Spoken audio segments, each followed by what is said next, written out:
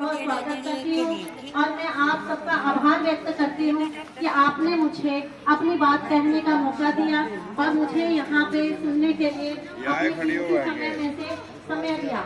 मैं यहाँ आई शीतलपुरी की सभी निवासियों का बहुत बहुत स्वागत करती हूँ। जैसा कि आप सभी जानते हैं, मैंने अपने इसके ऊपर पार्टी का सिंबल, जो हमारी पहचान है आम आदमी पार्टी की, वो लगा रखा है। मैं यहाँ पे आपके बीच में आम आदमी पार्टी की एक नुमाइंदा बन के आई हूँ। आप सबको थोड़ा सा आम आदमी पार्टी, जैसे कि आप केजरीवाल जी का आपने सुना होगा, दिल्ली मॉडल सुना होगा, जो आज पूरे भारत में मशहूर हो रहा है कि केजरीवाल सरकार ने दिल्ली में क्या क्या काम करके दिखाए, गरीब लोगों के लिए उन्होंने क्या क्या मदद की। मैं थोड़ा सा, काम इतने हैं कि अगर मैं बताने लगूंगी तो समय कम पड़ जाएगा, लेकिन मैं आपको बिल्कुल शॉर्ट में उनका थोड़े से काम बताना चाहूंगी। बाकी तो आप सारे पढ़े लिखे हो, अखबारों में पढ़ते हो और सारे अपने अरे ले आऊंगा चक्का है तो पकड़ तो इसने बोले आप सभी जानते हैं कि सिर्फ दिल्ली की सरकार, दिल्ली की जो केजरीवाल सरकार है, उसी ने दिल्ली में 200 यूनिट बिजली और 20,000 लीटर पानी मुफ्त कर रखा है।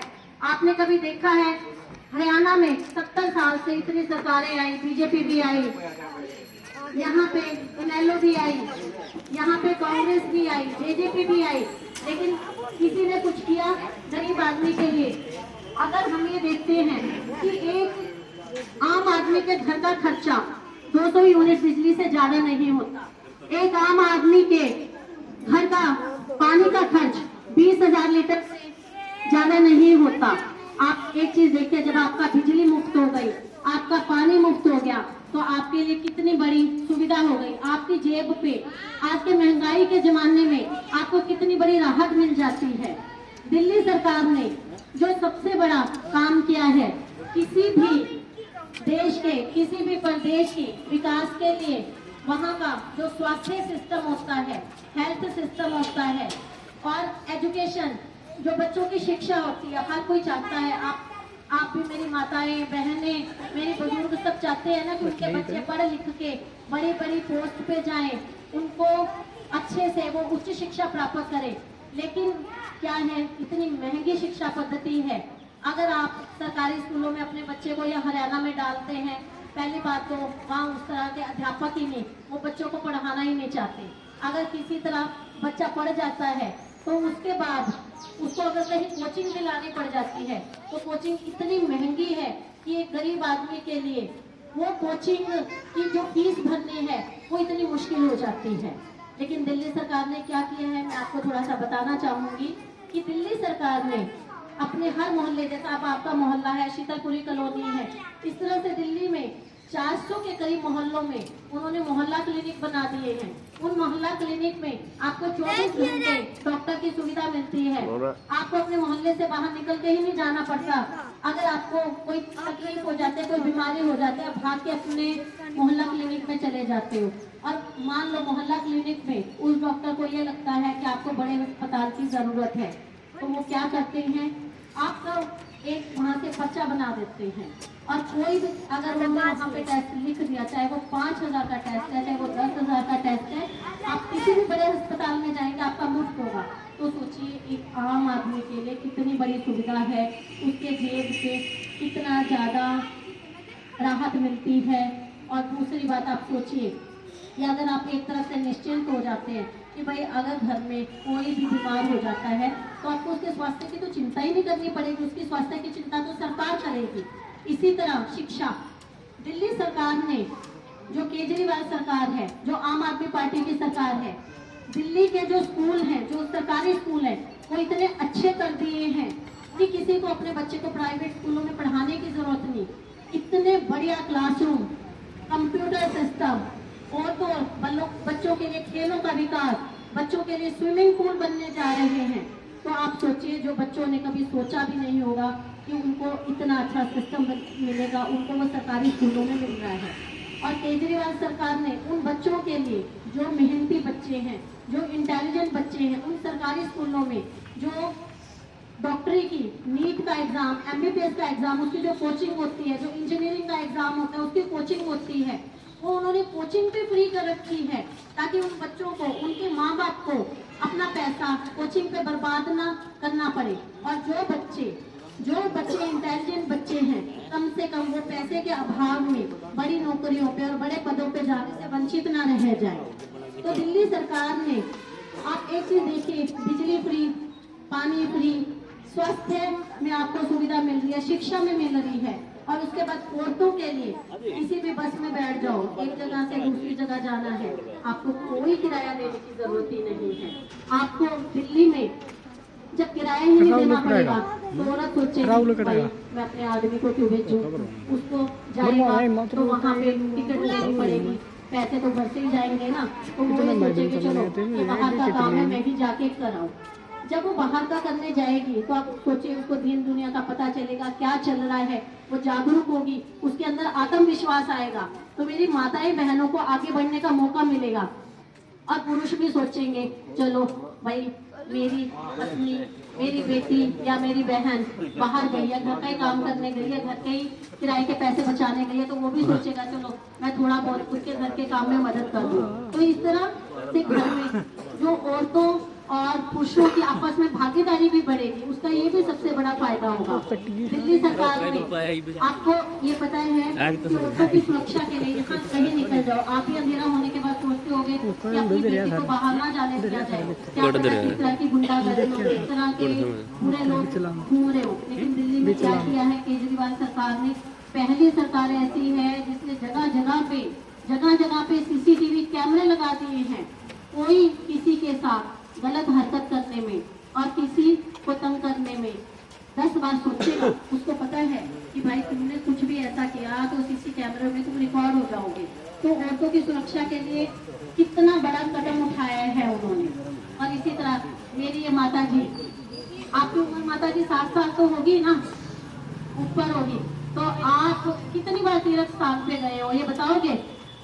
कई बार जाइए। लेकिन यहाँ पे मेरी बहुत सारी बुजुर्ग महिलाएं, माताएं ऐसी भी बैठी होंगी जो तीर्थ जाने की इच्छा तो रखती होंगी, लेकिन अपना घर का सिस्टम देख के कि घर में भाई इतना खर्चा कौन उठाएगा, बेटे पे इतना बड़ा बोझ पड़ जाएगा, तो अपने मन की बात वो मन में मार लेती हैं।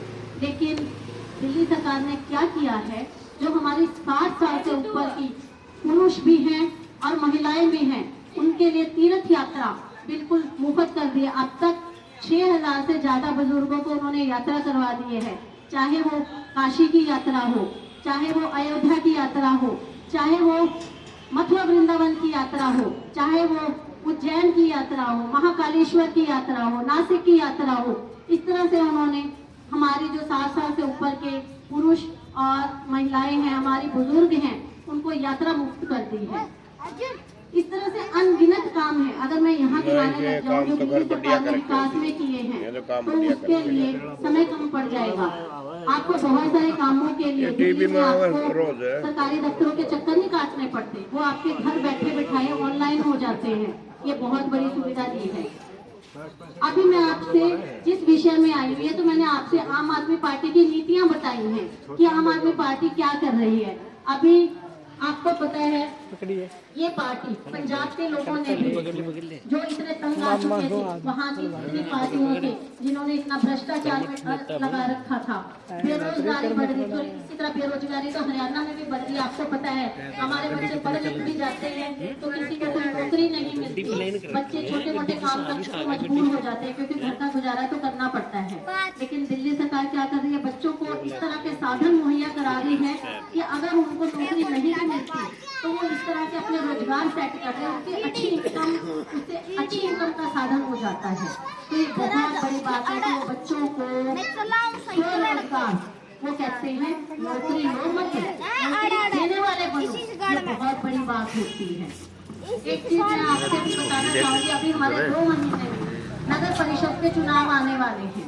इस बार क्या हुआ है कि आने वाले जो नगर निगम के चुनाव है उसमें आप अपना जो नगर परिषद का प्रधान, जिसको आप चेयरमैन भी बोलते हो, वो आप लोग चुनोगे, एमसी नहीं चुनेंगे। पहले क्या होता था, आप अपने वार्ड का एमसी चुनते थे। देखिए जब बैठ रहे MC हैं सारे हो जाते और ये थे, देख वो फिर क्लियर अपना सर्वसम्मति से आवा एक है। प्रधान चुनते थे, चेयरमैन चुनते थे। तो इसमें जनता की तो भागीदारी नहीं हुई ना, इसमें तो 31 लोगों की ही भागीदारी हुई जो चेयरमैन को चुनते थे। लेकिन अब इस बार ये मौका आप लोगों को मिला है। मैं आपको ये बात कहती हूँ कि आप एक बार, आपने हमेशा बीजेपी को चुना, कभी आपने कांग्रेस को चुना, कभी आपने जेजेपी को चुना, कभी आपने इनेलो को चुना, लेकिन मुझे नहीं लगता कि इन 70 सालों में, जी 25 सालों नीचा आई थी, में नीचा से फिर जाली मैं अपना हॉस्पिटल चलाती हूँ, हमारी खुद की रोड 3 साल से टूटी पड़ी थी, जो पहले तो बनी नहीं, लोगों ने धरने दे दे के उस रोड के लिए अपनी आवाज उठाई। तो अगर बन भी गई, अगर आप उस रोड की हालत देख लो, बनी ना बनी एक बराबर है। क्योंकि बीच में जो ठेकेदार हैं, उनसे कमीशन खाने वाले इतने होते हैं, वो कमीशन इतनी खा लेते हैं, तो ठेकेदार मटेरियल कहाँ से लगाएगा, और अपने घर से तो लगाएगा नहीं। अब वो भी देखो रोटी खाने के लिए बैठा है, उसने जब एक ठेका इतनी बड़ी रिश्वत देके उठाया है, तो वो कैसे अच्छी सड़कें बना सकता है? वो तो अपने मटेरियल में घपला तो करेगा ही करेगा। तो आपको मैं इस बार ये कहती हूँ कि अगर आप जींद का विकास चाहते हो, अगर आप चाहते हो जींद आपका तरक्की करे, आपकी गलियां पक्की हो, अच्छे पार्क बने यहाँ पे जो बच्चों के खेलने के लिए, जिसमें अच्छे झूले हो, अच्छी ग्रीनरी हो, बच्चों का भी मन खुश हो, और हमारे बुजुर्ग भी वहाँ बैठ के अपना टाइम पास कर सके, और जो बढ़िया स्ट्रीट लाइट लगे, जो ये तारों का यहाँ पे इतना खतरनाक बिजली की तारों का झुरमुट बना रहता है, वो खत्म हो, और जीन हमारा सुंदर हो, अच्छे अच्छे चौक बने यहाँ पे। तो देखिए, सिर्फ और सिर्फ मैं आपके बीच एक ही बात कहने आई हूँ, तो अपना नेता ऐसा चुनिए जो ईमानदार पार्टी से हो। आप सभी जानते हैं कि जो एक पार्टी है आम आदमी पार्टी, ये कोई बड़े नेताओं की पार्टी नहीं है। अगर आप पता करेंगे आपको पता चलेगा कि दिल्ली में इतने MLA हैं जितने वो आप जैसे लोगों के बीच में, कोई बड़े नेताओं के नहीं है।